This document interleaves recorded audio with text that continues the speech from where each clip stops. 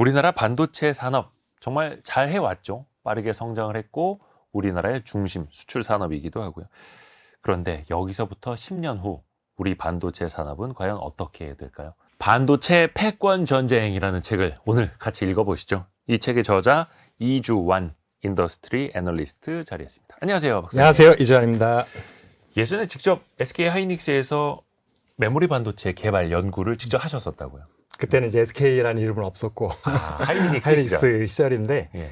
제가 있었던 조직의 이름이 선행연구팀이었거든요. 선행개발팀. 네. 그럼 선행연구를 하는 조직에서 하는 미션이라고 하면은 네. 일단 당장 양산을 하고 있는 제품이 있을 거고요. 네. 그 제품 말고 1년 내지는 2년 이내에 양산할 제품을 하는 개발하는 디바이스 팀이 또 따로 있어요. 네. 공정개발팀이라고 이제 그때 하이닉스는 그랬었는데, 그리고 그 차세대 공정개발팀에서 하는 거 2년 이내에 들어가지 않는, 양산하지 않는 그 먼 미래에 할 제품을 하는 것들을 이제 선행연구개발팀에서 했었고요. 제가 그때 이제 그걸 담당을 했었습니다. 공정을 했던 거죠. 근데 그 당시 그리고 불과 한 1, 2년 전까지만 하더라도 SK 하이닉스는 삼성전자에 밀리는 만년 2등이었거든요. 근데 이제는 뭐 25년이 될지도 모르겠습니다만 기존 D램에서도 SK 하이닉스가 시장 점유율 삼성전자를 넘어설 수도 있다라는 전망들도 2부에서 나오더라고요. 당시에는 상상도 하기 힘든 일이었죠. 당시가 벌써 꽤 오래전이긴 하지만 예. 말씀하신 대로 항상 삼성전자를 쫓아가는 입장이었었고 늘 벤치마킹을 할 때 삼성은 어떻게 했는가, 그다음에 학회 발표했을 때 어떤 논문들이 나왔는가를 보고 이제 우리들도 그럼 따라해야 되지 않느냐를 고민하는 그런 시절이었었고요. 네. 그리고 동료들 중에서 이제 삼성전자를 이직을 했다고 하면 축하해주는. 물론 이제 반대도 오기도 해요. 삼성에 있던 분들 너무 힘들어서 네. 왔다라고 얘기를 하시는데, 그래서 사실은 이제 어떻게 보면 HBM이 등장한 이제 최근 한 2년 정도에 어떻게 보면은 삼성전자와 SK 하이닉스의 위상이 완전히 뒤바뀌어 버렸잖아요. 네. 최근에 뭐 제가 직접 분석을 한 건 아니지만 이공계 대학생들의 선호하는 반도체 회사에서도 삼성전자는 이제 완전히 SK 하이닉스에 밀렸었고요. 그렇죠, 그렇죠. 그래서 양쪽이 다 합격되면 100% 하이닉스로 간다고 하더라고요. 오, 이게 제가 몸담고 있던 시절에는 정반대였었거든요. 그렇죠, 그렇죠. 일단 삼성이 안 되면 SK 하이닉스, 둘 다 되면 무조건 삼성전자, 그런 시절이었었는데 이런 걸 뭐 우리가 보통 뭐 격세지감이라는 표현을 쓰는데 어쨌든 저는 오비잖아요. 현재는 아니고 오비로서도 좀 뿌듯한 감정이 그러네요. 있긴 합니다. 요즘에는 삼성전자 사내에서 SK 하이닉스 어떤 경력직 채용 공고를 공유하고 있고 막 그럴 정도라고 하는데 참 많이 달라졌습니다. 또 박사님이 반도체 관련 특허도 많이 내셨다고요. 아무래도 엔지니어 생활을 8년 정도 하다 보니까 네. 특히 선행 쪽에 있다 보면은 특허가 많이 나올 수밖에 없잖아요. 그렇죠. 양산을 하는 게 아니라 이제 차세대 제품을 개발하니까 먼저 특허를 해놔야지만 이게 우리의 기술이 될 수 있는 거고, 이게 정말 공격용으로 쓰일지 방어용으로 쓰일지는 알 수 없지만, 그래서 특허를 일단 의무였어요. 평가하는 항목 중에도 있었고, 인사평가에. 인사평가 항목 중에도 있었고. 근데 그때 그래서 사실은 제가 정확하게 7년 반 동안 반도체 회사에 있으면서 네. 42편의 특허를 출원 내지는 와. 등록했고, 그중에 4편은 이제 국제 특허였어요. 주요 4개국의 출원이 동시에 되는. 그러면 특허권을 누가 보유하게 되는 거예요? 이 부분이 사실은 이제 엔지니어 입장에서, 그다음에 그 후에도 보면은 종종 분쟁이 나는 경우가 신문에 나더라고요. 네네네. 그런 경우에 보면은 이제 그 이유는 지금도 아마 비슷할 것 같은데, 연구원들이 특허 출원 등록까지 끝났으면은 네. 일단 출원 단계에서 소정의 돈을 받습니다. 우리 때는 7만 원이었었고요. 그 다음에 이게 심사 7만. 끝나고 등록이 되면 한 번 또 돈이 나와요. 예. 10만 원. 17만 원이네. 그러니까 한 건으로 최대로 받을 수 있는 게 17만 원인데 출원했다고 다 등록을 하진 않아요. 그렇죠. 당장 이게 뭔가 이슈가 있지 않으면 일단 출원만 하고 유지만 하고 있어요. 돈이 많이 드니까 등록까지 하면은. 그러니까 10만 원은 못 받고 7만 원에서 끝나는 특허가 절반 이상이라고 보시면 되는데, 그리고 나서 그 돈을 받으면서 이제 각서를 쓰죠. 이 특허에 대한 모든 권한은 갑이라고 하는 회사에 모두 양도합니다라고 사인하지 않은 돈을 안 줍니다. 어떻게 보면은 또 회사 입장에서는 그 수많은 특허가 다 돈이 될지는 알 수도 없는 거고, 왜냐면 말씀하신 것처럼 유지하는 데만 해도 비용이 많은 비용이 드니 들거든요. 다 이거를 또 월급 받는 개개인들한테 줄 수도 없는 거고, 약간 양쪽에 조금 이해관계가 조금 첨예한 게 있긴 있겠네요. 예. 그래서 제가 볼 때 이제 모든 특허를 다 사실은 뭐 쉐어하는 개념으로 가긴 좀 무리가 있을 것 같고 네. 근데 사후적으로 분명히 중요했던 특허는 알 수 있잖아요. 그렇죠. 돈이 확실히 되는 특허. 네. 이제 그런 발명자에 한해서는 뭔가 좀 특별한 프라핏 쉐어링 개념으로 특허에 따른 인센티브가 있으면 좋지 않을까 생각을 해봅니다. 그래야 또 우수한 인재들이 그 회사로 또 몰릴 그렇죠. 테고요. 그렇지 않으면 뭐 미국 회사, 뭐 중국 회사 쪽으로 많이 지금 유혹을 받고 있잖아요. 책 제목이 반도체 패권 전쟁입니다. 사실 이거는 미국에서도 많이 쓰는 표현이기도 하고 결론을 보자면 사실 우리나라의 반도체 패권은 좀 어떻다고 보세요? 패권에 더 가까이 가고 있는 겁니까?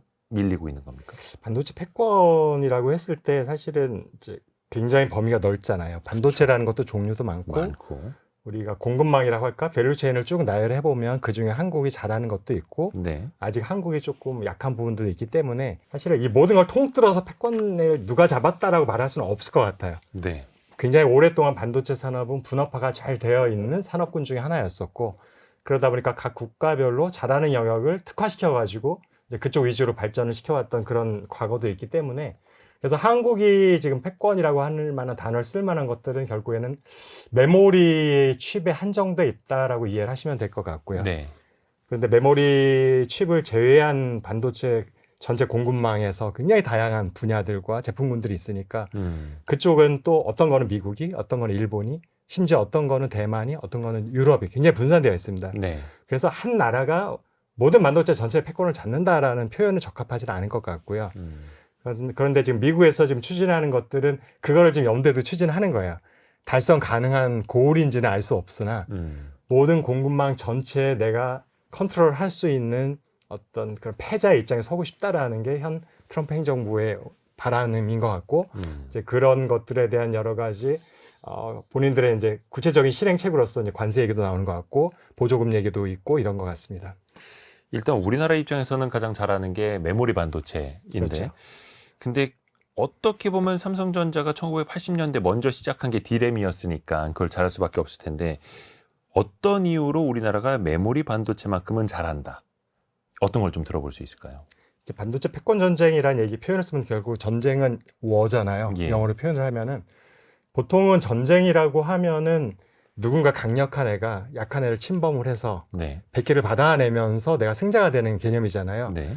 근데 반도체 패권 전쟁 제가 이제 초반에 특히 챕터 1에 상당히 많은 D램과 넷의 구조조정 역사를 지면을 구조조정의 할애했었는데 역사. 예. 보통 우리가 이해하고 있는 강자가 약한 자를 공격해서 쟁취해내는 방식에 의한 결과로서 나왔던 구조조정은 단 한 건도 없었습니다. 재미있게도. 네. 우리가 보통 이해하는 패권 전쟁이 그런 거잖아요. 강자가 침범하는. 예. 근데 반도체에서 굉장히 우리가 보통 치킨 게임이라는 표현을 굉장히 많이 써왔잖아요. 그렇죠, 그렇죠. 90년대, 2000년 초반부터. 결국에는 치킨 게임이 반도체 패권 전쟁의 뭐 또 다른 표현이라고 저는 이해를 하고 있는데 그 치킨 게임이 일어났던 모든 과정들을 분석을 해보면 강제적으로 승자가 내놔라고 했던 경우는 없고 오히려 내가 더 이상 못하겠으니 이거 네가 사줄래? 나는 손 들고 나갈래? 이런 식의 결과로서 합병들이 모두 이루어졌고 약자들이 먼저 그렇죠. 나가떨어지는. 그래서 어떻게 보면은 이게 다른 산업 우리가 보통 이해하는 전쟁하고 좀 굉장히 다른 양상입니다. 네. 그렇다면 메모리에서 지금 결국 이제 D램 같은 거 빅3라고 우리가 얘기를 해서 한국에 네. 삼성전자, SK하이닉스가 있고 이제 미국의 마이크론이 존재를 하는데 이 빅3를 제외한 다른 기업들이 많이 있었을 거예요. 90년대에는 그렇죠. 특히 일본 기업들이 상당히 많았으니까요. 그때 그 기업들이 그런데 다 왜 메모리를 포기했을까? 보면은 다 스스로의 문제였던 거예요. 어떤 기술적으로 나는 이 이하의 공정은 더 이상 미세화를 할 자신이 없어. 네. 내지는 뭐 책에도 일부 있지만 너무 메모리 변동성이 큰 시장이다 보니까 이게 잘 벌 때와 못 벌 때, 그러니까 불황기, 호황기 때에 너무 실적 차이가 극렬하게 그렇죠. 극과 극으로 갈리는 거예요. 네. 그러다 보니까 굳이 내가 이런 시장을 계속 해야 될까? 너무 힘들다.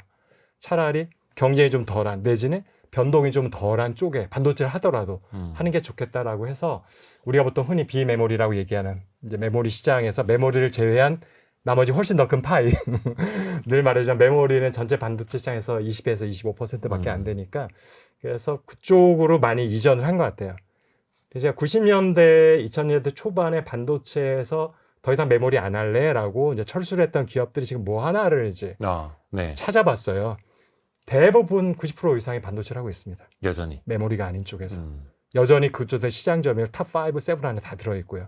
그래서 이게 다른 산업에서 있었던 패권 전쟁 혹은 치킨 게임하고는 굉장히 다른 양상인 것 같습니다. 그래서 DRAM 시장은 딱 3사, 물론 이제 중고 업체들도 올라오고는 있습니다만 그 뒷부분에 이야기하고 3사가 이제 과점을 하는 체제인데, 사실 하이닉스만 하더라도 2000년대 초반까지만 해도 막 은행권 없이는 그 연명하기가 힘들었고, 그래서 국가와 은행들의 지원이 있었기 때문에 사실 지금의 SK 하이닉스도 있는 거고, 그 어려움을 겪고 치킨 게임에서 어떻게 보면 살아남았기 현재가 또 있는 거죠.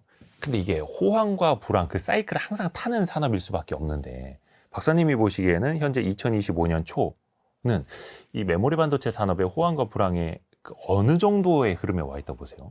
일단 사이클 주기가 뭐 딱 떨어지진 않겠죠. 이게 수학 공식이 아니니까. 네. 근데 평균적으로 최근 한 25년 정도를 보면은 4년 정도의 주기가 평균적으로 나오고 있고요. 네. 4년 중에서 보통 호황기라고 하는 기간이 1.5년, 더 짧습니다. 반반이면 좋을 텐데 1.5년 정도의 짧은 호황기, 그리고 2.5년 정도의 불황기가 이제 반복해서 계속 이어지는 사이클 특성을 갖고 있는데, 현 시점을 보면은 그러면은 이번 사이클 시작이 어디였느냐를 일단 저희가 생각을 해보면 될 것 같은데, 네. 일단 제가 판단하기에는 2024년 초 1분기부터가 현재가 존재하고 있는 그 사이클의 같은 사이클의 시작이라 보여지는데, 그게 호황기 사이클이거든요. 그런데 제가 앞에서 불황기는 2.5년, 호황기는 1.5년이라고 말씀드렸으니까 네. 작년 상반기부터 시작이 됐으면 올해 상반기까지가 딱 1.5년이에요. 그러니까 사이클로 보면 하반기가 되면 다시 다운 사이클이라고 하는 네. 불황으로 접어들기 시작을 하는 거고, 현재는 어떻게 보면 상반기에서 벌써 절반 정도가 지나가고 있으니까 이번 호황기 사이클의 이제 마지막 끝물 정도에 있다고 보여집니다. 그거는 이제 전통적인 DRAM 기준일까요? 그러니까 메모리 전체에 대한 사이클인 거고요. 전체. 여기에서 제품별로는 사이클이 또 갈리죠. 근데 거기에서도 DRAM뿐만 아니라 낸드까지 다 이제 합친 사이클. 근데 또 어떤 분들은 전혀 호황 같지 않은데 이런 분들도 계실 거고, 이거는 또 기업에 따라 다르고 또 그 부문에 따라 다르고, 또 거기에 이제 HBM이라는 게 더 더해졌기 때문에 규모로 봤을 땐 또 이제 더, 그래서 전통적인 사이클 방식으로 뭔가를 따져보는 게 과연 맞을까라는 또 생각도 들고요. 올해 이제 1월 2일 되면 1일은 이제 공휴일이니까 예. 2일에 어쨌든 첫 방송이 중요해서 반도체 관련해서도 많이 부르잖아요. 예, 요청도 많고. 예. 이제 저도 그래서 1월 2일 날 방송에 갔을 때 말씀하신 사이클에 대한 것 가장 궁금해 하셨더라고요. 그렇죠. 그래서 그때 일단은 뭐 딱 얘기를 했어요.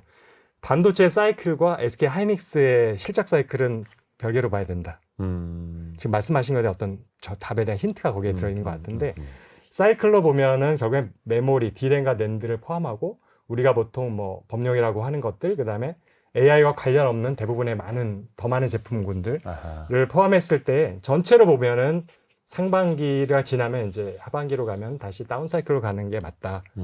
그런데 그러면서 또 짚어드렸던 거는, 그런데 이번 호황기는 좀 특색이 있다. 과거의 호황기와는 다르게.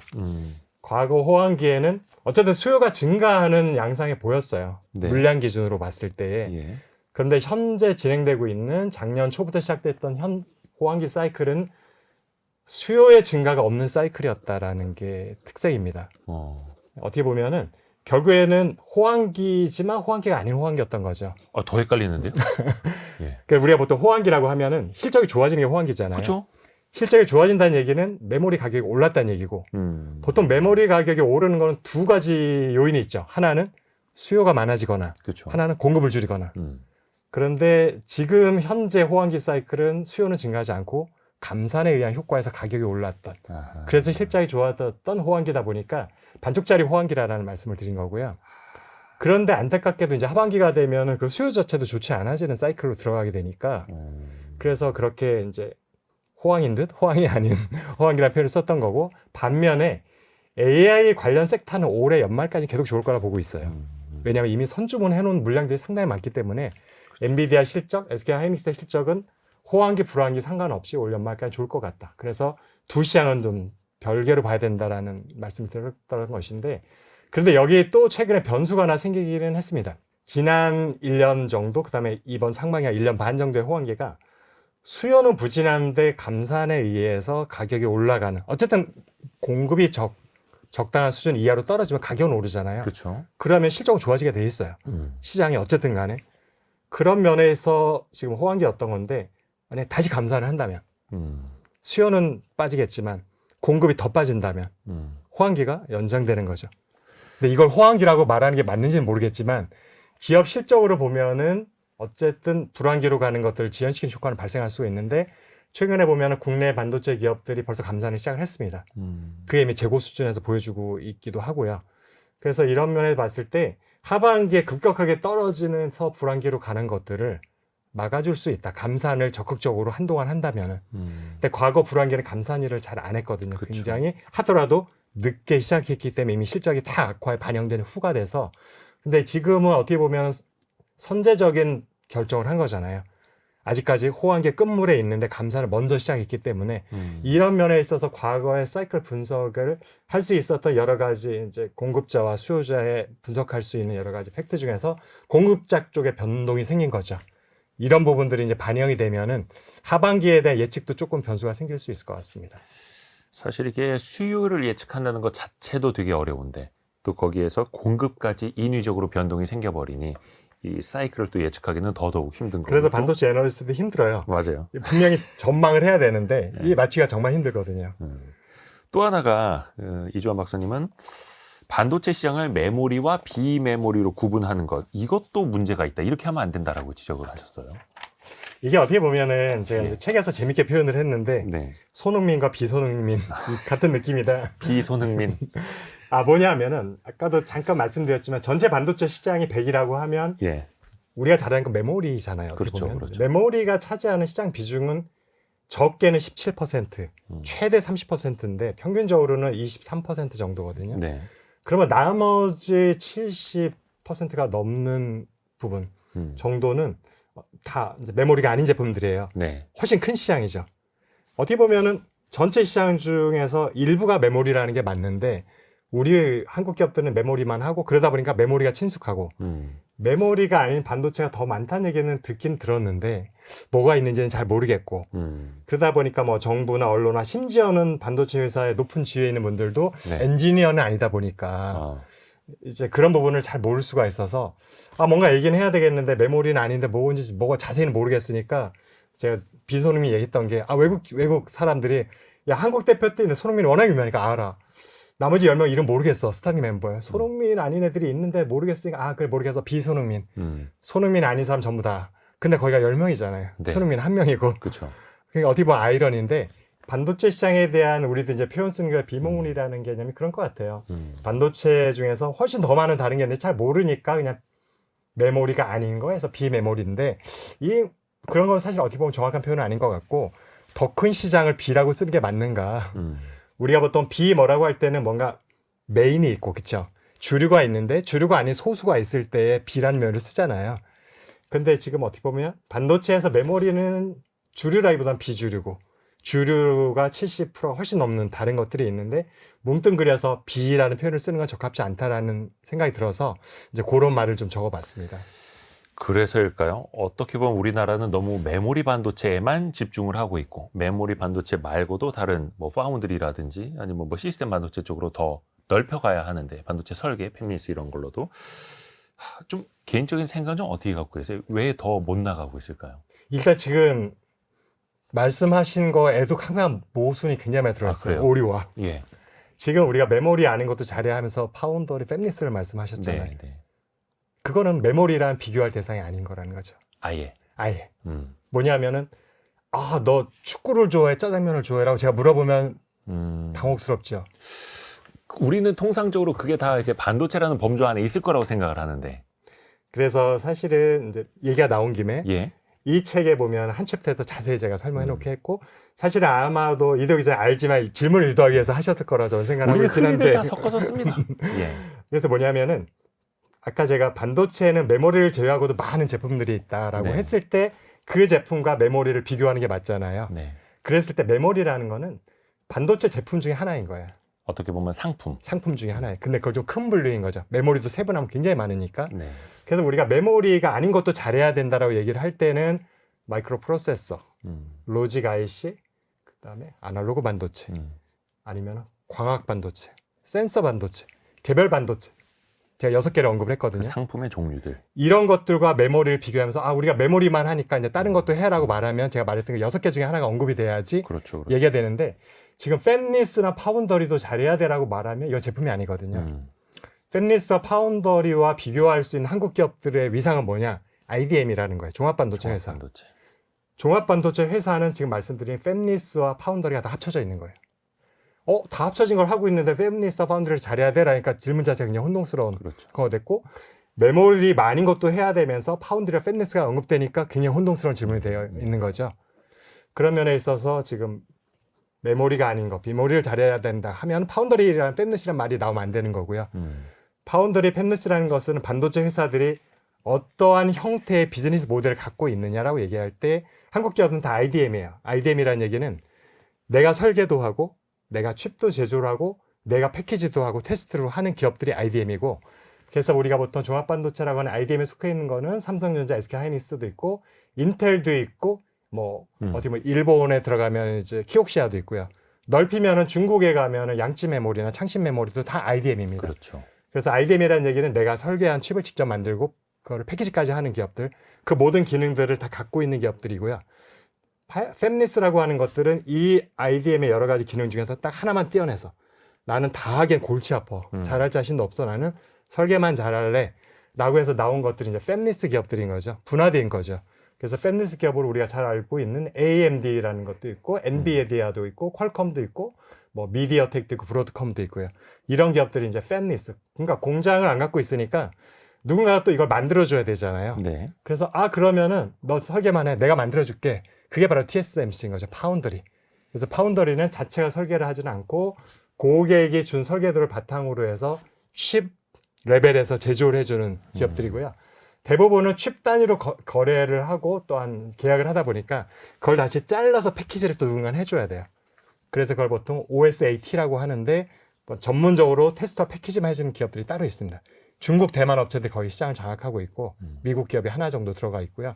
이런 식으로 비교를 할 때 팹리스가 파운더리는 IDM하고 비교하는 대상으로서인 거라서 메모리와 비교를 하는 팹리스, 파운더리는 이제 애초에 그렇죠. 비교를 해서는 안 되는 개념이라는 거죠. 근데 사실 우리나라의 종합반도체 하이닉스와 삼성전자가 정말 잘하고 있습니다만 그 안에서 자체적으로 디램도 설계도 하고 제조도 하고 잘합니다만 사실 팹리스 공장이 없는 애플, 엔비디아, 퀄컴, AMD가 굉장히 잘 나가고 공장만 하는 파운드리인 TSMC가 정말 잘하고, 근데 거기에서 우리나라 기업들의 비중은 점점 더 좀 줄어가는 것 같고 하니까 이게 또 산업적으로도 국가적으로도 또 고민이 될 수밖에 없는 것 같아요. 뭔가를 그래서 삼성전자에게도 파운드리를 더 잘해야 한다라고들 많이 요구를 하는데 그 측면에서 박사님은 어떻게 생각하세요? 삼성전자 같은 경우가 인텔하고 더불어서 유일하게 IDM이면서 파운더리를 하고 있는 기업이고요. 네. 이제 그러다 보니까 그 두 기업이 유일한 그러니까 IDM이다라고 이제 잘못된 이제 저희들 이해를 하게 되는 경우도 많이 있더라고요. 근데 어쨌든 삼성전자가 파운더리를 하는 것 자체를 저는 나쁘다고 생각은 안 하거든요. 네. 왜냐하면 삼성전자가 원하는 거는 메모리는 이미 잘하고 있으니까 메모리가 아닌 것들, 비메모리 표현 일단 쓸게요. 시청자들은 그 표현이 익숙하니까. 어쩔 수 없이 예. 그 현실입니다. 왜냐하면 제가 아니면 6개를 다 나열을 하면 시간이 많이 가니까 네. 비메모리도 잘하고 싶기 때문에 이제 2019년도에 어쨌든 2030 비메모리 세계 1위라는 슬로건을 만들었잖아요. 네, 삼성에서. 그래서 이제 그것을 하기 위한 접근으로서 이제 파운더리 시작을 했는데 이제 그때도 제가 방송에 많이 말씀을 드렸어요. 파운더리 자체는 비메모리가 아니다. 우리가 비메모리를 잘하고 싶으면 팹리스를 해야 되는 거다. 설계를 해야 되는 거다. 그래서 설계 역량을 키우면 만든 칩은 자기가 만들 수도 있지만 TSMC가 만들어주면 되잖아. 그럼 내 비메모리 1등을 할 수 있는 건데 파운더리는 어떻게 보면 TSMC의 이제 포지셔닝에 대해 설명을 드려야 되는데 TSMC 반도체라는 거는 존재하지가 않습니다. TSMC가 아무리 잘 만들고 시가총액이 높아도 본인이 만든 반도체 칩은 다 고객의 이름으로 팔리는 거예요. 그렇죠. 지금은 제1고객이 엔비디아고요. 그 다음에 이제 애플과 AMD가 이 일을 다투고 있는 큰 손들인데 다 그 회사들의 이름으로 팔리는 거죠. 예를 들어서 블랙웰, 호퍼치, 엔비디아 이렇게 팔리는 거지 TSMC가 만든 칩이라고 써 있지도 않고 그렇게 거래되지도 않고 그러다 보니까 TSMC의 반도체 시장 점유율은 0%입니다. 그럼 삼성전자 비메모리 1등이 되고 싶으면 시장 점유율 1위를 하겠다는 얘기인 거잖아요. 네. 파운더리에서 TSMC를 뛰어넘어 봤자 시장 점유율은 0%입니다. 아무 의미가 없는 거죠. 네. 그래서 비메모리 1등을 하려면 설계의 역량을 키우는 게 맞는 거고요. 그런데 그럼에도 불구하고 파운더리가 나쁘지 않은 선택이라 말씀드리는 거는 설계를 잘하려면은 그 제품을 잘 이해를 해야 되잖아요. 네. 공정이나 여러 가지 구조도 잘 이해를 해야 되잖아요. 왜냐하면 메모리하고 마이크로 프로세서나 이게 요구되는 조건들이 굉장히 많이 다르거든요. 그런 것들을 알려면 만들어 보면 괜히 막 이제 학습이 되니까 그런 학습의 어떤 일환으로서, 즉 비메모리를 공부하기 위한 중간 과정으로서 파운더리가 나쁘진 않은 초이스다라고 생각했던 거고, 근데 파운더리 자체가 목적이 돼서 안 된다는 거죠. 파운더링의 과정, 비메모리를 가는데 비메모리를 잘 모르니까 스터디하기 위한 일환으로서 필요한 정도, 그 이상은 아니다라는 말씀을 드렸던 거고, 그런데 지금 삼성전자 어떻게 보면 목적이 되어버린 거예요. 파운더리가 목적이 되는 순간 왜 파운더리 비메모리를 하겠다면서 파운더리를 왜 하지가 되는 퀘스천이 계속 따라붙는 거죠. 이거는 해봤자 내가 시장 점유율 파운더리 50%가 돼도 비메모리 시장 점유율 0%인데 이거를 왜 하는 걸까라는 것을 계속 말씀드리는 거고. 근데 이게 어떤 반도체 시장의 점유율을 위해서가 아니라 어떻게 보면 이제 파운드리 시장 점유율을 위해서이기는 한데, 많이들 이제 아시는 것처럼 원래 삼성전자가 TSMC를 따라잡아 보겠다라고 했는데 점유율 격차는 이제 점점 더 멀어져 가고 파운드리 시장에서 삼성전자의 점유율은 이제 한 자릿수 대까지 떨어지고 있지 않습니까? 네. 그런 측면에서 보면은 그래도 뭔가 저게 고부가 가치 산업인 것 같고, 전 세계 모든 팹리스 기업들이 다 TSMC의 문을 두드리고 줄 서서 기다리고 있는데 뭔가 삼성이 할 수 있는 시장이 있지 않을까라고는 다들 기대를 하잖아요. 일단 파운더리 시장 자체가 고부가치 산업은 아니에요. 일단 제조기 때문에. 그렇죠. TSMC이기 때문에 고부가치가 된 거고요. 왜냐하면 거의 독점지기 때문에. 사실 TSMC의 영업이익도 엄청나죠. 부르는 게 값이기 때문에 그렇게 된 거지. 만약에 삼성전자, 인텔의 시장률이 각각 한 20% 되잖아요. 네. 이제 치킨 게임이에요. 나눠 먹는. 거의 수익이 안 남을 수 있어요. TSMC이기 때문에 고부가 가치 산업으로 보이는 거다. 현재의 파운더리 시장이 굉장히 어떻게 보면 비정상적인 상황이기 때문에 고부가치 산업같이 보이는 거지, 정상화되는 순간 파운더리가 고부가치 산업이 될 수가 없습니다. 그러니까 이게 딱 보이는 거죠. 저 집이 맛집이라고 소문은 났는데 손님들이 길게 줄 서 있고 우리도 저 비슷하게 하면 될 것 같은데 왜 안 되는가. 지금도 보시면은 예. 제가 파운더리의 1위가 뭐 압도적인 1위가 TSMC니까. 네. 그리고 TSMC 고객 중에 1등이 엔비디아인데 네.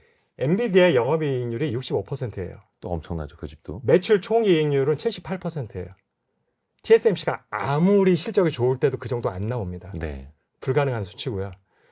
그래서 결국에는 설계 업체들이 다 가져가는 게 마진을. 애플은 영업이익률이 50%가 되는데 애플의 외주를 받는 폭스콘은 훨씬 낮을 거거든요. 그게 바로 결국에는 브랜드를 가진 회사와 제조해주는 업체에 어쩔 수 없이 갈릴 수밖에 없는 그렇죠. 갑과 을이기 때문에. 근데 TSMC는 유일하게 슈퍼 을이기 때문에 지금 고부가치가 가능했던 거지. 그래서 파운더리 자체가 여기가 이제 정상화되는 순간 절대적으로 마진이 높은 산업이 아니기 때문에 단순히 수익을 위해서 파운더리를 한다라는 논리도 사실은 좀 약해지는 거죠. 근데 또 그 고객들 입장에서는 TSMC가 슈퍼 을인 걸 알지만 저 집이 원체 잘하니까 그 집을 찾아갈 수밖에 없는 거고, 뭔가 또 2등 집에서 좀 싸게 해준다라고 해도 본인들의 어떤 퀄리티에 대한 양보를 할 수도 없는 거고, 또 뭔가 모험을 하기에도 또 위험한 거고요. 좀 책을 통해서 좀 무시무시한 말씀을 하셨어요. 그 진의를 좀 알고 싶은데, 메모리 산업의 종말이 다가올 것이다. 너무 무시무시한데요? 어떤 의미입니까? 이게 뭐 꼭 반도체뿐만이 아니라 네. 대부분의 산업, 특히 IT 산업들은 성장 곡선이 비슷한 유형을 갖고 성장을 해나가거든요. 네. 그러니까 기승전결이라고 할 수도 있고 흥망성쇠라고 할 수도 있고. 그래서 결국에는 그 중에서도 이제 비메모리라는 것도 하나의 산업 아니다 보니까 하나의 독립된 사이클이 있는 건 아니죠. 다시 또 쪼개서 봐야 되는 거고요. 그래서 특히 한국 기업들이 많이 하고 있는 메모리 산업은 제가 상당한 시간을 들여가지고 데이터를 확보를 해서 분석을 해봤던 거죠. 성장 네. 사이클을 그려본 거죠. 네. 그려봤을 때 IT 산업은 기존의 LCD 산업도 그랬었고, 뭐 2차선 전지도 비슷하게 갈 거고요. 휴대폰도 마찬가지 산업이었었고, 네. 그다음 PDP도 마찬가지였었는데, 보면은 항상 보면은 시장이 굉장히 테이크오프 시점까지는 성장률이 부진하잖아요. 거의 성장을 크게 못하다가 첫 번째 변곡점에 다다르면 테이크오프라고 보통 얘기하는 이륙 시점. 이때부터 급격하게 매출 증가가 이루어지는 시점이죠. 예. 그래서 그 다음부터는 한동안은 올해보다는 내년에 성장률이 더 높고, 그 다음에는 또 내년보다 더 성장이 높아지는, 어떻게 네. 보면 수학의 함수로 하면 지수함수적으로 점점 기울기가 가파라지는 성장 구간이 있습니다. 네. 이게 이제 두 번째 페이즈라고 할 수 있는 거고, 그러다 어느 순간에 두 번째 변곡점을 만나게 되면 여전히 성장은 높게 하는데 이제 성장하는 속도는 둔화되기 시작하는 거죠. 네. 함수로 하면 로그 함수 같이 계속 성장을 하는데 증가율은 점점 낮아지기 시작하면서 증가하는 이게 세 번째 페이즈가 되는 거고요. 네. 그러다가 이제 세 번째 변곡점을 만나게 되면 이제 성장 자체 거의 힘들어지는 거예요. 거의 플랫한 영역, 수평한 영역에 도달해서 성장이 뭐 거의 한 자릿수 정도 거의 성장을 못하는 거죠. 이게 이제 세 번째 변곡점인데 여기 되면 거의 이제 완전히 성숙된 산업이다. 더 이상 성장할 수 없는 그래서 결국에는 소수의 기업만 살아남을 수밖에 없는 시점이 다시 오는 거죠. 다시 한번 치킨 게임이 갈 수밖에 없는.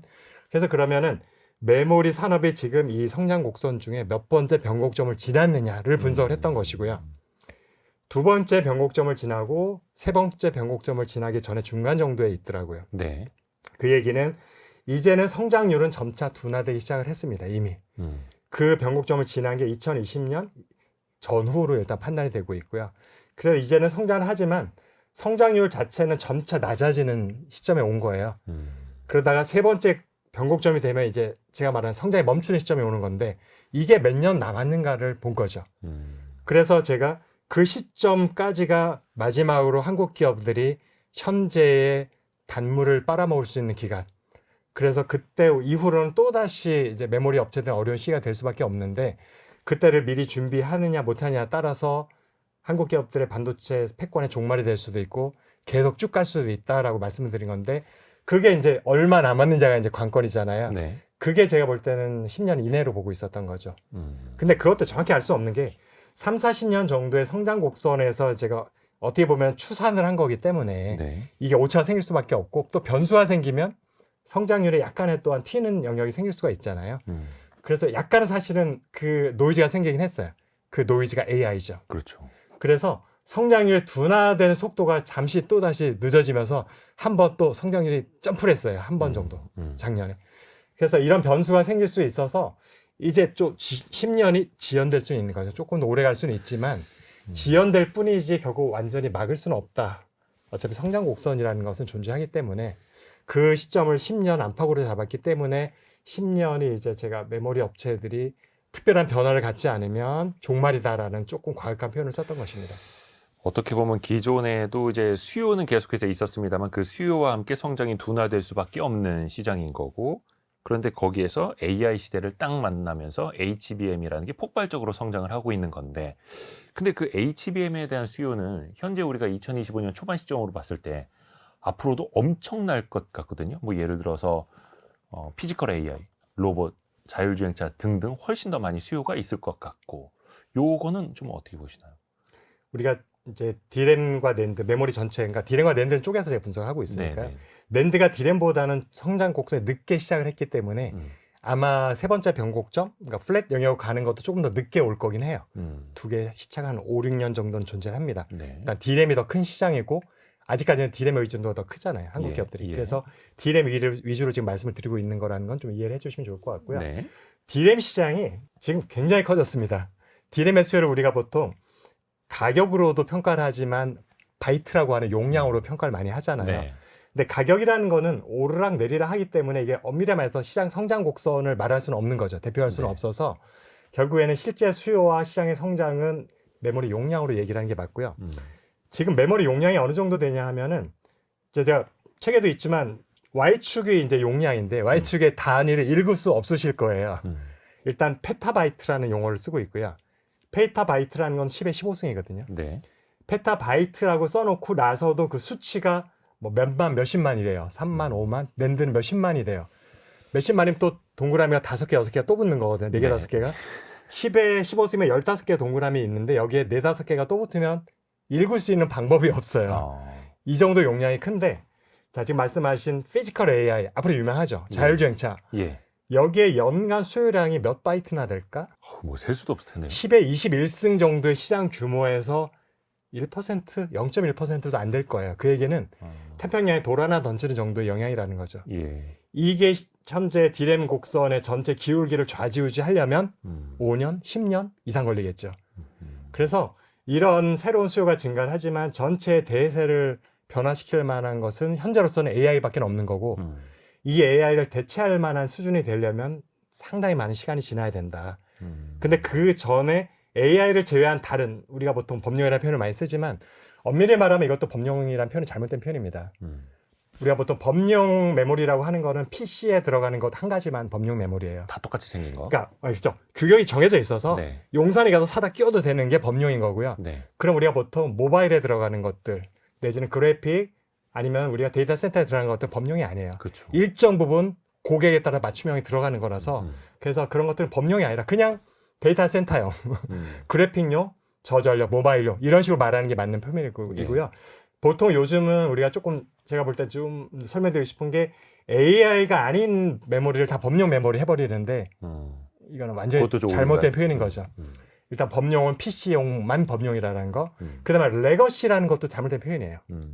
레거시는 이게 어디에 들어간 제품이냐를 가지고 말하는 게 아니라 똑같은 제품인데 이거의 기술 수준이 선단 공정을 쓰고 있느냐 아니면 좀 많이 뒤처져 있는 제품을 쓰느냐에 따라서 레거시를 쓰는 거라서 똑같은 모바일 디램을 한국 기업들은 12나노로 만들고 있으면 이건 선단 제품이고요. 중국 업체들이 20나노로 만들고 있으면 레거시 디램인 거예요. 그래서 레거시라는 것들은 똑같은 제품에서 얼마나 최신 기술을 쓰느냐, 그렇죠. 올드 기술을 쓰냐를 가지고 쓰는 거고 범용이라는 것은 PC용만을 얘기하는 거라서 많이 혼동이 돼 있죠. 지금 설명 듣다 보니까. 근데 뭐 사실 컬러 TV가 처음 나왔을 때도 신문물이었는데 지금은 이제 레거시가 되고 있는 것처럼 시대의 흐름에 따라서 맞습니다. 또 달리 봐야 그래서 하는 거고. 레거시가 정의가 몇 나노가 정해지는 게 아니라 해마다 바뀌는 거예요. 레거시의 정의는. 근데 우리는 지금 이제 HBM과 또 AI 시대를 살아가고 있으니까 이거를 보게 되는 건데 그 10의 21승까지 말씀해 주셨는데 이게 그래서 이제 이쪽 반도체 분석하시는 분들은 이제 빗 그로스라고도 하지 않습니까? 맞습니다. 이 비트 단위로 얼마나 성장을 하는가. 그 성장세의 기울기로 봤을 때는 가파르게 성장하는 거 아니에요? 그러면?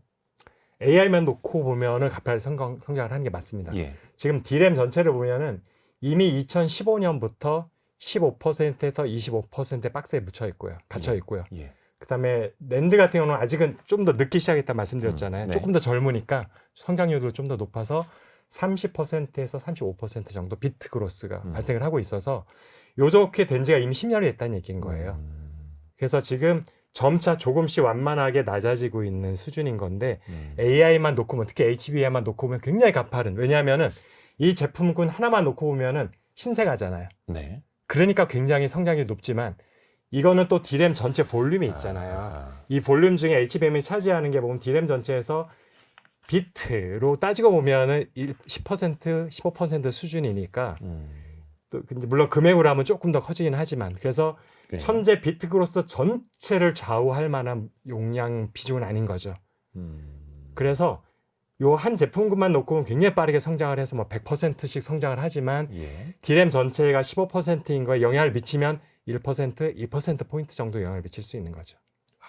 원체 그 시장 규모가 크기 때문에 그렇죠. 10에 21승이라는 것은 상상이 안 되는 규모거든요. 그렇죠. 뭐 축구장에 몇 명입니까? 22명이 뛰어다녀도 손흥민 선수만 보이는 거랑 비슷한 거네요. 관중석과 선수를 비교하는 걸 느낌인 거죠.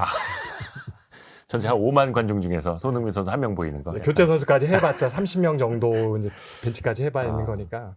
근데 어찌됐든 간에 우리나라 산업에서 참 이 HBM의 선두 기업이 나왔다는 건 정말 다행이기는 합니다. 다행 중에 다행인 겁니다. 그렇죠. 네. 그래서 또 HBM도 또 이게 또 끝없이 발전을 하고 있지 않습니까? 지금 이제 HBM3E 뭐 12단 나오고 16단 나오고 HBM4까지 가는데 이게 어디까지 어떤 제품까지 계속 발전할 수 있을까요? HBM3E라고 하는 게 이제 영어 E라는 건 enhanceda라는 표현이어가지고 네. 약간 HBM3가 나왔어요. 이게 지금 4세대인데 네. HBM3보다는 뭔가 업그레이드가 됐는데 차세대. 이거를 뭔가 HBM4라고 하기에는 애매한 거예요. 네네네. 개선된 정도가. 그러다 보니까 중간다리라는 의미로서 2만 붙인 거죠. 3E가 약간 3.5 느낌. 그런 느낌인 거네. 그래서 어떻게 보면은 뭐 세대는 어떤 구분해서 4세대와 5세대라고 하지만 이게 사실은 회사의 익힘에서 보면은 중간다리 정도인 느낌인 거예요. 2가 붙은 것들은. 네. 근데 어쨌든 그게 어쨌든 현재는 5세대가 이제 주력 상품인 거고요. 네.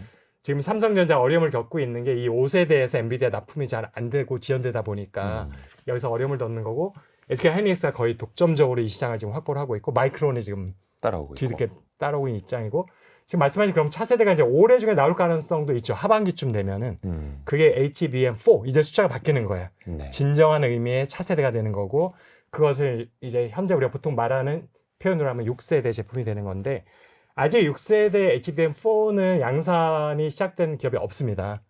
그래서 바라기는 지금 삼성전자가 4세대, 5세대는 좀 어려움을 겪었지만 아마도 올해 하반기쯤 될 것 같아요. 하반기쯤에 SK 하이닉스나 마이크론 같은 경쟁사들이 5세대, 6세대 제품이 나오고 중요한 엔비디아 퀄테스트를 통과할 때 같은 시점에 삼성전자 6세대도 퀄테스트를 통과할 수 있으면 왜냐하면 지금 현재 메모리 생산 캐파, 생산 능력으로 보면 삼성전자가 압도적으로 많거든요. 그러니까 삼성전자 입장에서는 4세대, 5세대까지는 선생님한테 이제 채점해서 통과를 못했는데 6세대는 바로 이제 채점 통과.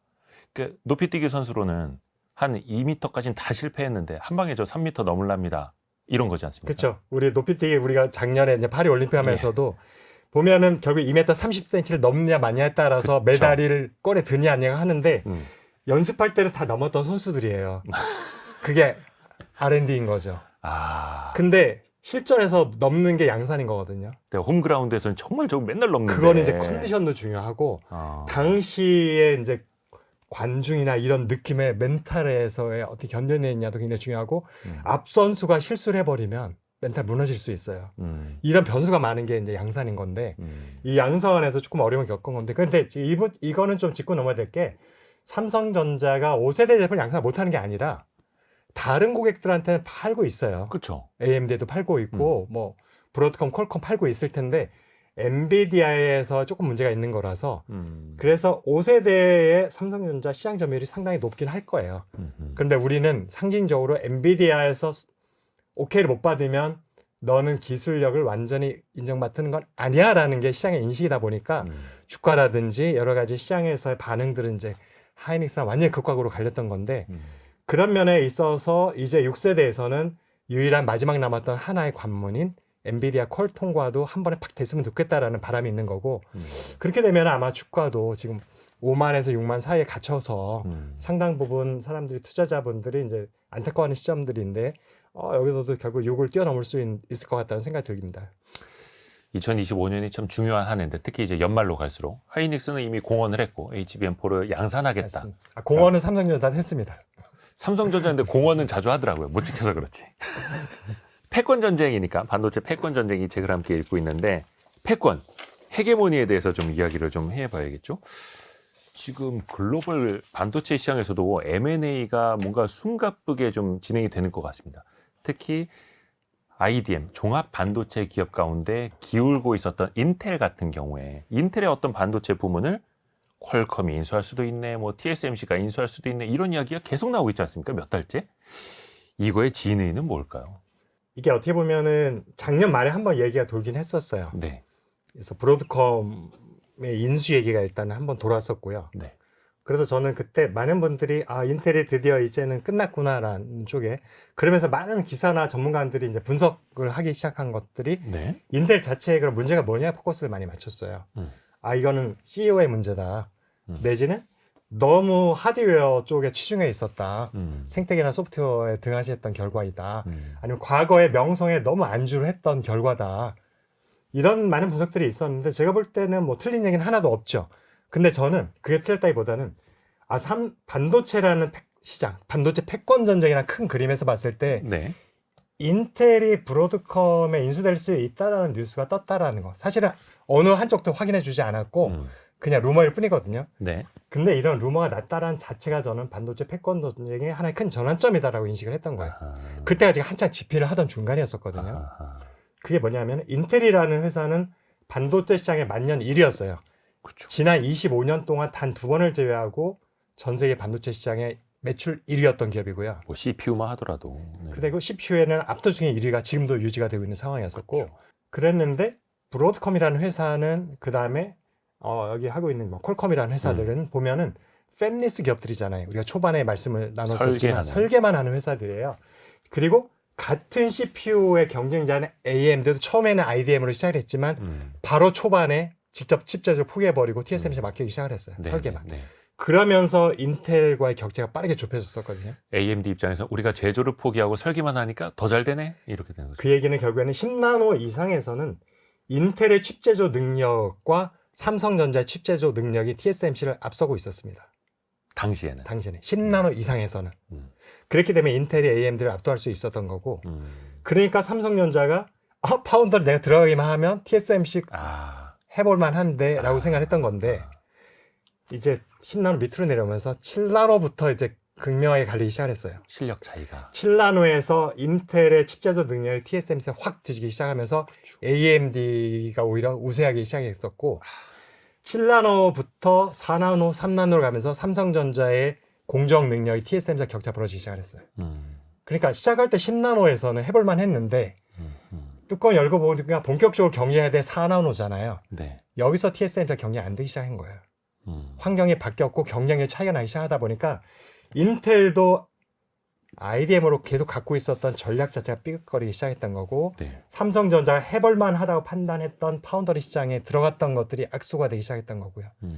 여기에서 대표적인 두 개의 IDM인 삼성전자, 인텔이 어려움을 겪기 시작했던 거고요. 이제 그러다가 이게 결국 그래서 제조 능력을 이제 TSMC를 못 따라가는 거예요. 삼성과 인텔이. 그러다 보니까 팹리스, 설계를 잘하는 기업들이 훨씬 더 우세한 환경이 된 거죠.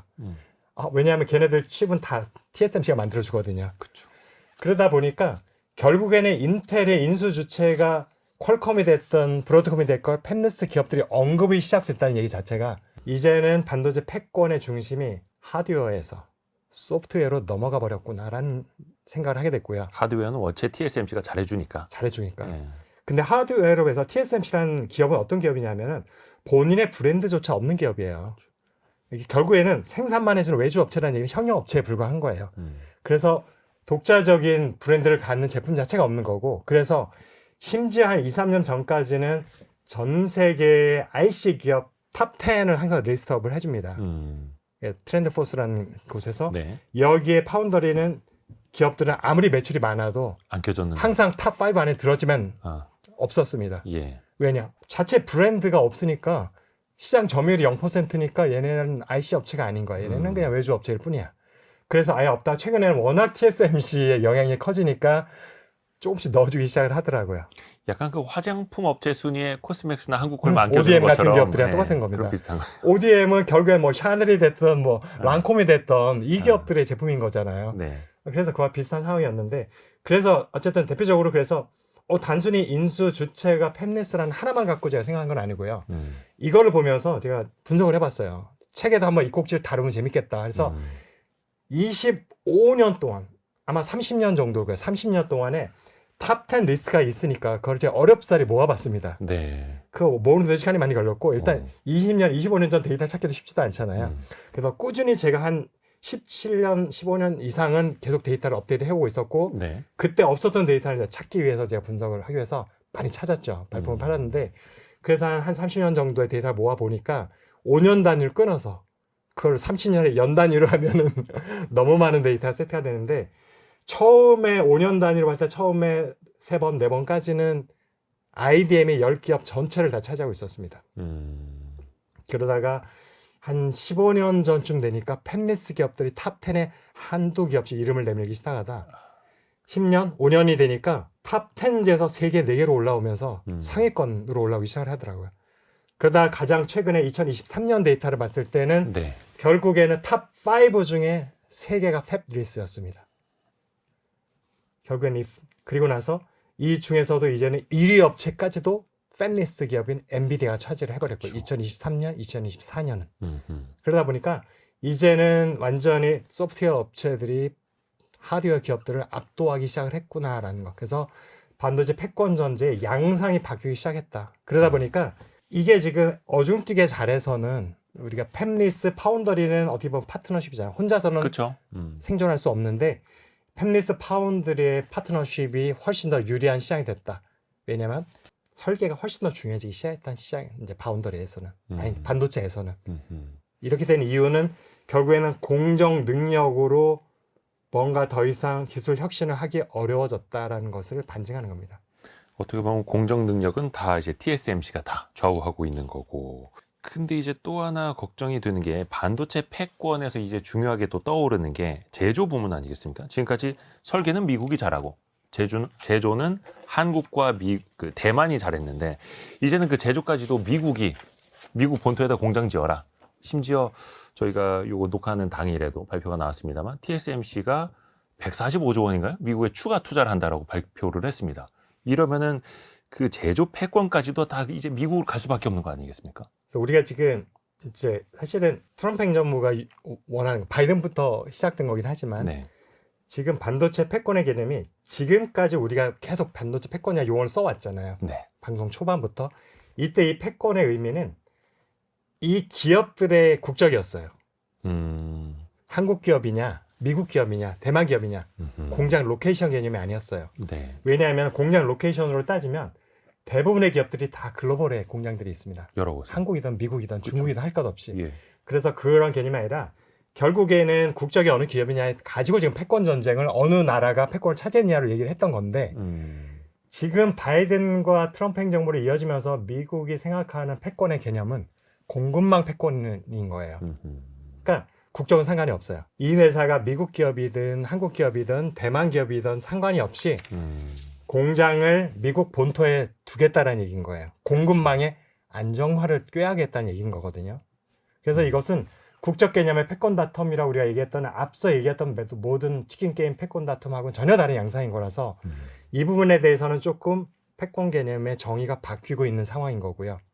그냥 이 책에서 패권 전쟁은 그래서 두 가지를 다 혼용해서 다루고 있는 네. 거라고 이해를 하시면 될 것 같고, 그래서 미국에서 원하는 것들은 TSMC는 대만 기업이라는 게 바뀌진 않아요. 미국에 공장을 그렇죠. 지은다고. 예, 예. 그런데 미국이 원하는 건 오케이. 내가 원하는 거는 유사시에 전쟁이든 아니면 팬데믹이든 아니면 무역 전쟁이어서 뭐 무역적으로 막히든 상관없이 어떤 상황에서도 미국 내에 반도체를 제조해주는 조달할 수 있는. 조달할 수 있는 그거를 설계해주는 그것의 소부장을 공급해주는 기업이 아니라 공장들이 미국에 있으면 돼. 그러면 우리의 경제는 무사히 지나갈 수 있어. 그 어려운 시기를. 이게 이제 시발점인 거예요. 그러면 우리 입장에서는 어떻게 해야 되는가? 물론 삼성전자, 하이닉스도 미국 투자를 더 확대하고 있고 앞으로 또 어떤 결정을 할지는 모르겠습니다만 미국 입장에서 이제 공급망이 안정화됩니다만 우리 입장에서는 그 부가가치를 우리 땅이 아니라 미국에서 해줘야 되는 거지 않습니까? 그게 가장 큰 고민인 거죠. 예. 아마도 대만도 같은 고민일 거예요. 한국에서 삼성전자나 반도체가 차지하고 있는 그 중요성 굉장히 높잖아요. 그렇죠. 시가총액, 무역 수출에 차지하는 비중, 수출도. GDP에서 차지하는 비중, 이걸 자세하게 연도별로 분석했던 것도 책에 제가 분석을 하고 있고요. GDP의 기여도를 해봤어요. 반도체가 차지하는 게 얼마나 되는지. 수출 기여도를 많이 봤기 때문에 제가 GDP 기여도를 분석해서 네. 책에 자세하게 그걸 분석한 거를 특히 마크로 하는 분들은 궁금해하실 수 있으니까 특히 하는 관계자분들은 참조하시면 좋을 것 같고요. 그래서 지금 궁금해하는 거, 그럼 한국에 지금 공장들이 미국에 있으면 미국 결국 별도의 법인이 설립돼야 될 수밖에 없잖아요. 네. 세금을 그러면은 대부분 미국에 내게 되겠죠. 그 다음에 한국에 공장이 있지 않다 보니까 고용 유발 효과가 없어요. 미국에서 다 일자리가 창출이 되는 거고요. 네. 그 다음에 협력 업체들도 다 따라서 가겠죠. 그렇죠. 그렇게 되면 결국 공급망 자체가 한국에서 미국으로 같이 이사를 가버린 상황이다 보니까 한국 경제 전체를 봤을 때 생각하는 단순히 한 기업에서 매출의 변화한 것 이상의 굉장히 큰 비용의 부의 이전 효과가 발생한다는 거예요. 그래서 한국 같은 경우 한국이나 대만은 특히 반도체 의존도가 높다 보니까 일본만 해도 한국, 대만 같이 높진 않아요. 반도체 하나가 차지하는 비중이. 네. 그래서 아마도 대만이 한국보다 더 비중이 크고요. 대만과 한국이 그렇든 느끼게 되는, 피부로 느끼게 되는 어떤 경제 효과, 충격은 훨씬 클 수밖에 없어서 이 부분도 우리는 굉장히 고민거리가 많습니다. 근데 그렇게 해서 제조 공장이 또 미국으로 넘어갈 수 있는 우려가 한켠에 있고 또 한켠에서는 중국의 반도체 기술이 엄청나게 빠르게 따라오고 있지 않습니까? CXMT가 DDR5 램도 만든다고 하고 HBM2 그 이상의 버전까지도 이제 만든다고 하고 YMTC는 낸드 플래시에서 또 빠르게 쫓아오고 있고 300단 만든다고 하잖아요. 300단까지 또 삼성전자마저도 YMTC 어떤 특허 기술을 같이 그쵸, 쓴다고 공유하겠다고 하고. 그럼 그 안에서 완전히 끼어버리는 건데 이거는 이건희 회장님이 이제 생전에 넛크래커 얘기했던 거랑은 또 차원이 다른 위기 아닙니까? 결국에는 그래서 문제 진단과 솔루션까지 한꺼번에 말씀을 드린다고 하면은 네. 지금 우리가 넛크래커가 된다라는 것들은 어떤 전제를 깔고 있냐 하면 같은 길을 달리고 있다는 전제가 있는 거잖아요. 아하. 앞에 뛰어가고 있는 선수가 있고 내 뒤를 쫓아오는 선수가 있어요. 1차원에서 경쟁을 하게 되니까 넛크래커라는 개념이 발생을 하는 거죠. 그렇죠. 만약에 내가 여기서 이걸 벗어나려면 한 가지밖에 없어요. 선두를 제치고 추월하는 수밖에 없는데 쉽지 않은 게 현실이잖아요. 그러면 최소한 그럼 중간이라 유지하려면 후발주자와 격차를 계속 유지해야 되는데 일단은 도망가는 선수가 불리한 게임이에요. 아까 제가 잠깐 말씀드렸는데 왜 점점 하드웨어에서 소프트웨어 쪽으로 패권에 이전하게 되느냐는 공정 혁신이 더 이상 한계에 다다랐기 때문이라고 언급을 드렸는데 공정 혁신이 한계에 다다랐다는 얘기는 선두주자가 도망가는 속도는 점점 느려진다는 얘기고요. 아하. 후발주자는 아직까지 빠른 속도 뛰어올 수 있어요. 예. 저 뒤에 있는 기술이니까. 아하. 그래서 격차가 좁혀질 수밖에 없어서 같은 길에서 경쟁을 하면은 따라잡을 수밖에 없다. 이거는 네. 방법이 없다. 그렇다면 한국 기업들은 어떻게 해야 되느냐? 다른 길로 가면 됩니다. 후발주자는 지금 이 길의 앞에 선두주자 등만 보고 쫓아오고 있는 거예요. 중국 네. 기업이라고 생각한다면 네. 중국 기업들이 생각하지 않는 길로 가버리면 돼요. 그러면 경쟁자가 없어지는 거죠. 예를 들면 어떤 예를 게? 들면은 현재 경쟁하는 1차원은 뭐냐 하면 메모리 칩이에요. 예. D램 칩, 낸드 칩, 음. 단일 칩에서 경쟁인 거예요. 자, 그런데 우리가 그럼 단일 칩이 아닌 거로 가면 된다는 얘기인 거예요. 다른 길인 거죠, 그게. 아하. 갈림길이 왔을 때에 아하. 그러면 후발주자가 손을 잡는 순간 없어졌어요. 예. 딴 길로 가버렸으니까. 다른 골목으로 가버렸어요. 거기에는 경쟁자가 또 없어. 한동안 뛰어가고 후발주자가 아차 해가지고 다시 이 길에 대한 준비를 하려면 한 5년, 10년의 기간이 또 벌어져 버리는 거죠. 아하. 그런데 그렇다면 이 다른 길이라는 게 어떤 의미냐가 중요한 거잖아요. 네네네. 이것에 저는 하나의 가능성을 HBM이라고 말씀을 드리고 싶습니다. HBM은 D램의 한 종류이긴 맞아요. 그래픽 DDR 칩이긴 한데 어떻게 보면은 패키지의 개념이 들어가 있고 그다음 고객 맞춤형의 개념이 상당히 많이 들어가 있는 칩이에요. 그렇죠. 기존에 우리가 모바일 칩, 그래픽 칩, 서버용 칩하고는 완전히 다른 개념이에요. 물론 HBM도 어쨌든 그 표준이라는 게 다 있긴 해요. 그런데 결국에는 고객하고 거래를 할 때는 완전 맞춤형으로 가야 되는 거고요. 그러다고 단일 칩을 아무리 잘 만들어도 패키지 쪽에 어려움을 겪으면 양산에서는 성공하기 어려워요. 그게 현재 삼성전자가 겪고 있는 문제인 거고요. 그렇죠. 그러다 보니까 이런 것들이 HBM의 하나의 가능성인 건데 HBM과 비슷한 그냥 단순한 메모리 칩이 아닌 패키지의 성격을 갖고 있든지 아니면 또 하나는 이 자체가 프로세서의 기능을 갖고 있든지 우리가 PIM이라는 프로세싱 메모리라는 걸 아마 언론에서 많이 접하셨을 텐데 그러니까 메모리 반도체 안에다가 아예 CPU 같은 기능을 넣어버리는. 맞습니다. 그게 GPU나 CPU의 기능 일부를 갖고 있는 건데 아직까지는 이것도 완성된 기술 단계는 아니고요. 연구 단계라 보시면 될 것 같은데 이것이 이제 하나의 다른 길에 해당할 수 있는 거가 될 수 있는 거라서 그래서 이제는 뭔가 솔루션 전체를 고객들한테 제공할 수 있는 그런 것들이 저는 중국 같은 후발주가 쫓아오는 이 동일한 길이 아니라 옆길이라고 생각하는 것들이고요. 옆길을 다양한 길들을 우리는 많은 것들을 준비하고 있다가 잡히기 직전에 충분히 양산이 가능해지면 옆길로 그냥 틀어버리는 거죠. 더 어려운 길로. 더 어려운 길로. 그러면은 후발주자는 지금 등만 쫓아보고 있다가 한동안은 헤맬 거예요. 그러면 우리는 시간을 또 버는 거거든요. 그래서 이제는 같은 길에서의 경쟁은 버티기 힘들다. 그래서 다른 길을 빨리 물색을 해야 되고 그 다른 길이라는 게 R&D에 머물러서는 안 되는 거고요. 그렇죠? 양산까지 분명히 갈 수 있는 길이어야 되는 거고 그것을 쫓아오는 후발주자보다 훨씬 빠르게 진입을 하는 것들이 유일하게 솔루션이고 유일하게 10년 후에도 내가 살아남을 수 있는 패권 전쟁에서 도태되지 않을 수 있는 솔루션인 것 같습니다. 사실 쉽지는 않습니다만 저 후발주자가 고속도로에서 엄청난 속도로 더 가속하면서 쫓아오고 있는데 막상 내비게이션 봤을 때 다 쫓아온 것 같은데 쳐다보면 저 위에 고가도로에 우리는 올라가 있고 이미 이런 상황으로 우리 가야 영화 된다는 거죠. 분노의 질주에서 많이 보시잖아요. 저희가 이주환 박사와 함께 반도체 패권 전쟁이라는 책을 오늘 읽고 있는데요. 마지막으로 박사님께 이 책의 핵심 구절을 직접 낭독을 좀 부탁드리겠습니다. 사실은 여러 가지 많은 얘기를 다루고 있지만 280쪽이나 되니까 결국에는 이 책을 통해서 제가 특별히 얻었으면 좋겠다. 독자분들에게 주고 싶은 메시지는 뭐냐 하면 반도체 패권 전쟁에 대한 설명을 하고 있는 설명서라기보다는 물론 들어있지만 오히려 패권 전쟁에서 한국 기업들이 그렇다면 승자가 되기 위해서는 어떠한 전략이 필요하냐라는 것을 제시하는 반도체 전략서를 뒷부분에 상당부를 담고 있어서 네. 저는 사실은 이 책의 가치를 그런 곳에 좀 두고 싶습니다. 그래서 단순한 반도체 패권 전쟁에 관한 설명서가 아니라 패권 전쟁에서 승자가 되기 위한 전략서이다 이렇게 또 설명을 해주셨고요. 오늘은 인더스트리 애널리스트 이주환 박사와 함께했습니다. 고맙습니다. 네, 감사합니다. 감사합니다. 지나간 얘기만 하는 게 아니라 그를 통해서 이번 분기에는 어떤 기업들이 좋아질 수 있을까에 대한 고민도 같이 있을 거라고 생각을 합니다.